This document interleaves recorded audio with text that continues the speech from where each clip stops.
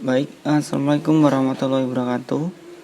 Ya, bertemu lagi dengan Bapak pada mata pelajaran matematika peminatan ya. Nah, untuk pertemuan kali ini kita akan bahas mengenai materi komponen vektor ya. Jadi materi lanjutan dari yang kemarin. Nah, kemarin kan kita sudah bahas mengenai konsep dari vektor pada bidang datar ya. Nah, pada kali ini kita akan bahas materi yang kedua, yaitu mengenai komponen vektor ya. Nah, jadi untuk itu ya, sebelum kita masuk ke materi komponen vektor dan juga materi vektor lainnya, jadi ada satu materi yang harus kalian kuasai terlebih dahulu ya, atau bisa disebut materi prasyarat seperti itu. Materinya apa ya? Jadi materinya ini menyatakan koordinat ke dalam bentuk matrik kolom ya. Kalian harus bisa ini dulu untuk melanjutkan pembahasan di matrik vektor. Nah, apa sih matrik ya? Tentu kalian harus tahu ya, matrik itu adalah matrik adalah bilangan yang disajikan berdasarkan aturan baris dan kolom ya. Jadi seperti ini. Nah, kemudian matrik juga disimbolkan dengan kurung seperti ini ya. Kurung bulat ini atau kurung siku ya. Itu bisa juga. Nah, ini contohnya ini ya. Berarti ini artinya adalah matrik yang terdiri dari 2 baris dan 2 kolom ya. Kolom itu yang untuk yang ke bawah ya, ini ke bawah ini 1 2, ini kolom 2. Berarti ada 2 kolom, terus yang ke samping ini namanya baris ya. Berarti baris 1 terus baris kedua. Nah, inilah yang dinamakan sebagai matrik ya. Ini namanya adalah matrik 2 kali 2. Artinya 2 baris dan 2 kolom. Seperti itu. Nah, kemudian bagaimana sih yang dimaksud dengan matrik kolom ya? Jadi tadi kan matrik ya, sedangkan untuk matrik kolom itu matrik yang terdiri dari 1 kolom ya, hanya 1 kolom. Sedangkan barisnya itu terserah ya. Jadi matriknya itu ada 1 kolom. Jadi cuma 1 ini hasilnya A, C. Nah, ini aja, ini sini tutup kurungnya. Nah, itulah yang disebut sebagai matrik kolom ya, hanya 1 kolom. Sedangkan barisnya ya, barisnya terserah, boleh 3, boleh 4 atau boleh 2 ya, dengan hanya 1 kolom. Nah, itu ya mengenai matrik kolom. Terus bagaimana menyatakan koordinat ke dalam bentuk matrik kolom? Nah, ini menjadi intinya ya. Nah, jadi seperti ini, misal ini ada sebuah titik koordinat ya, titik A ya, koordinatnya x, y misalkan. Terus ada B 3 ya. Ini 3 variabel ya di sini ya, x, y, z ya. Ini 3 dimensi, ini 2 dimensi artinya. Nah, kemudian ini disajikan ke dalam bentuk matrik kolom. Nah, sehingga menjadi seperti ini ya, yang tadinya A ya, titik koordinat, kemudian disajikan ke dalam bentuk matrik kolom menjadi seperti ini. A x y ya, menjadi matrik kolom dari A sama dengan x y ya, dimana untuk yang ini baris 1 ya, berarti ini baris kedua, atau yang ini di atas, ini bawah. Jadi diurutkan ya. Yang pertama mulai dari x ya, yang atas x baris 1, terus yang y baris 2 y. Nggak boleh dibalik ya. Jadi di sini sananya x y, di sini nggak boleh y-nya yang di atas ya. Jadi y x nggak boleh. Jadi harus sesuai ya, karena memiliki aturan sendiri untuk matrik. Nah, kemudian untuk yang 3 variabel di sini ya, 3 dimensi ini, ketika titik B ya, koordinat B itu ada di x, y, z, diubah ke dalam bentuk matrik kolom menjadi titik B sama dengan x, y, z ya, seperti ini. Tidak boleh dibalik, z-nya di atas atau z-nya di tengah. Harus sesuai dengan urutan yang ini. Ini x, kemudian y, kemudian z ya. Nah, seperti itu ya. Nah, jadi bisa ya menyatakan koordinat ke dalam bentuk matrik kolom ya. Nah, kalau sudah paham, baru kita bisa mulai mengenai komponen matrik. Nah, kan kita bahas ya mengenai komponen vektor tadi ya. Kita akan bahas mengenai komponen vektor ya. Jadi apa saja sih komponen vektor, terus bagaimana sih konsep dari komponen vektor ya.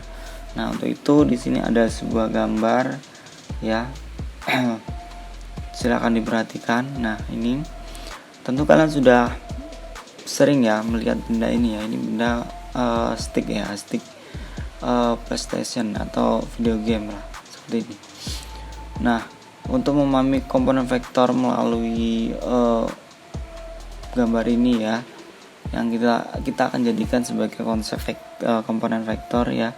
Perhatikan pada area yang Bapak lingkari ini ya, ini. Nah, kita fokus ke pembahasan yang ini ya.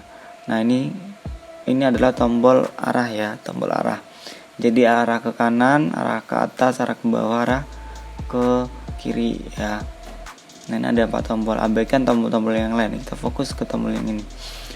Nah, seandainya kita akan main sebuah game sepak bola ya. Kita akan mengarahkan ke arah pojok ya, pojok atas kanan ya. Jadi untuk pojok atas kanan kan ini. Nah, seperti ini. Biasanya kita akan melakukan untuk mengarahkan ke arah pojok kanan, tentu kita harus mengombinasikan ke arah kanan ya, tombol ini tombol kanan, kemudian ke arah atas itu tombol atas ya. Seperti itu kan ketika kita mengarahkan ke pojok kanan atas. Nah, ketika kita mengarahkan ke arah kanan atas, yaitu kita mengklik kanan kemudian diklik atas. Nah, itulah yang menjadi konsep untuk komponen vektor, dimana seandainya kita bayangkan panah ini ya, panah yang oranye ini adalah sebuah vektor ya, seperti yang kemarin sebuah vektor, maka komponen pada vektor ini adalah ke kanan ya, terus kemudian ke atas ya, jadinya ke kanan kemudian ke atas ya, untuk menunjukkan vektor ini ya, kalau kita lihat berdasarkan sesuai dengan gambar ini. Nah, itu merupakan konsep komponen vektor ya. Nah, untuk lebih jelasnya perhatikan ilustrasi ketika vektor di dalam bidang datar ya, dalam grafik kartesius ya, untuk lebih memahami lebih jelas mengenai komponen vektor. Nah, perhatikan ya, kita pindahkan ya vektor yang ini tadi ya, arah ini tadi ke dalam bentuk grafik kartesius atau ke dalam bentuk bidang datar ya. Nah, ini kita misalkan yang tadi ya, ini adalah sebuah vektor ya, kita tandai aja, titik awalnya adalah P, kemudian titik ujungnya itu Q ya, sehingga dinamakan vektor yang ini itu adalah vektor PQ. Nah, ingat mana sih yang merupakan komponen vektor dari PQ ya, berarti ya. Komponen vektor ini atau vektor PQ, mana sih komponennya? Ya, jadi yang pertama itu ada yang dinamakan sebagai komponen horizontal ya, yang Bapak sebut tadi ya, kalau kita ke arah kanan ya. Nah, ini ke arah kanan ya, ke sumbu X ya. Nah, ini ya, jadi yang ini pada ini, dari titik P ini ya, titik ini sampai ke titik ini. Nah, ini yang dinamakan sebagai komponen horizontal. Kemudian selanjutnya adalah komponen vertikal ya. Komponen vertikal itu yang dari titik ini ke titik ini ya, sampai ke titik ini. Nah, ini adalah sebut komponen vertikal. Nah, jadi yang membangun vektor PQ itu adalah dua komponen ini ya, komponen horizontal dan juga komponen vertikal. Nah, seperti itu. Terus kalau kita lebih dalam lagi, komponen horizontal itu adalah ketika ini vektor PQ-nya ada di sini ya, maka komponen horizontal itu adalah nilai XQ dikurang XP ya. Jadi kenapa kok XQ dikurang XP ya? Karena kan panjang ini ya, panjang dari sini ke sini ya, itu kan sama dengan panjang dari sini ke sini ya, dimana panjang ini ke sini itu adalah nilai ya, dari 0 ini nilai XQ ya, ya kan dari sini ke sini ya, dikurang dengan nilai XP ya, dari sini ke sini, sehingga diperoleh garis ini atau garis ini. Maka inilah yang disebut nilainya adalah XQ dikurang XP ya. Begitu juga dengan YQ dikurang YP ya, atau garis ini ya. Garis ini kan diperoleh dari YQ dikurang YP, atau garis ini itu kan sama dengan garis ini ya, ini ke sini. Dimana garis ini ke sini itu kan yaitu garis YQ ya, dari O ini ya, O ke YQ dikurang O ke YP, sehingga diperoleh garis ini ya. Nah, maka garis ini dinamakan YQ dikurang YP ya. Nah, inilah YQ dikurang YP ini atau garis ini ke sini ya, dinamakan komponen vertikal ya, atau komponen searah dengan sumbu Z ya. Kemudian XQ dikurang XP ya, atau garis ini disebut komponen horizontal ya, komponen yang searah dengan sumbu X. Nah, dua komponen inilah yang membangun vektor PQ ya, sehingga vektor PQ ini adalah atau komponen dari vektor PQ adalah ini ya, dua ini, komponen horizontal ini dan komponen vertikal yang ini. Nah, selanjutnya dari pembahasan itu, kalau kita tuliskan ke dalam bentuk aljabar ya, kali ini kan tadi ke dalam bentuk geometri ya, jadi vektor akan dapat dituliskan ke dalam bentuk geometri dan aljabar ya. Sekarang kita bahas mengenai dalam bentuk aljabar ya. Vektor PQ tadi, vektor PQ itu dapat dinyatakan dalam bentuk matrik kolom ya.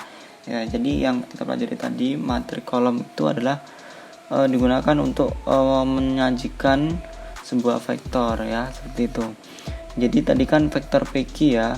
Vektor PQ sama dengan matrik komponen horizontal dan komponen vertikal ya. Jadi komponen horizontal itu tadi kan X ya, atau dalam hal ini adalah komponen horizontal itu yang searah dengan sumbu X. Kemudian yang bawah adalah komponen vertikal, yaitu yang searah sumbu Z ya. Sama dengan ya, kalau kita masukkan berarti kan komponen horizontalnya itu adalah XQ dikurang XP ya. Kemudian komponen vertikalnya ya, yang ini tadi ya, vertikalnya yaitu YQ dikurang YP. Nah, sehingga untuk penyajian ke dalam bentuk aljabar matrik PQ ya, dalam hal ini tadi ya, vektor PQ ya, yang ini tadi vektor PQ yaitu sama dengan matriks XQ dikurang XP YX dikurang YP ya. Itu untuk penyajian dalam bentuk aljabar. Kemudian dalam bentuk pasangan berurut ya, tadi kan dalam bentuk matrik kolom ya, ini matrik kolom ya. Terus kemudian ke dalam bentuk pasangan terurut ya, dituliskan sebagai untuk komponen vektor dari PQ itu sama dengan dalam kurung ya, XQ dikurang XP ya. Ini berarti komponen horizontal ya, searah sumbu X, koma YQ dikurang YP yaitu komponen vertikal ya, atau searah dengan sumbu Y ya. Ini untuk penyajian bentuk pasangan berurut ya. Kemudian ada lagi yang terakhir adalah disajikan dalam bentuk vektor basis ya.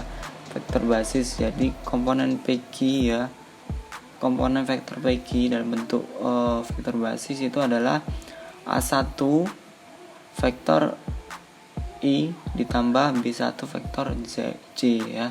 Nah, untuk lebih lanjutnya nanti kita akan bahas mengenai vektor basis ini ya.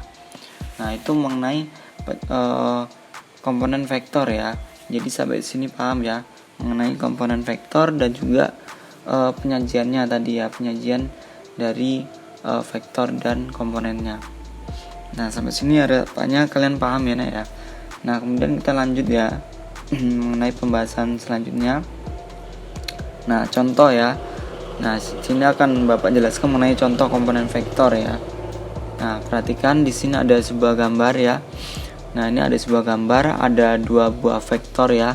Kita sebut saja dua buah vektor, yaitu vektor AB dan juga vektor DE. Nah, yang jadi permasalahannya bagaimanakah kalian menentukan komponen dari vektor AB dan juga komponen dari vektor DE ya. Jadi kalian dituntut untuk menentukan komponen dari kedua buah vektor tersebut. Nah, perhatikan di sini yang pertama untuk komponen dari vektor AB ya. Misal kita ambil dulu satu, yaitu vektor AB. ya seperti yang tadi itu sama dengan matriks komponen horizontal dan juga komponen vertikal ya. Jadi di sini ada ketentuan bahwa komponen horizontal ya, jadi komponen horizontal yang ke kanan tandanya itu positif ya. Jadi yang kalau kita lihat ke sini kan komponen horizontalnya itu adalah AC ya. AC ya, komponen horizontal. Nah, ini kan kita lihat ke kanan ya, berarti arahnya adalah positif. Nah, apabila arahnya ke kiri, berarti ke sini ya, kiri, maka dia bernilai negatif. Nah, itu ya.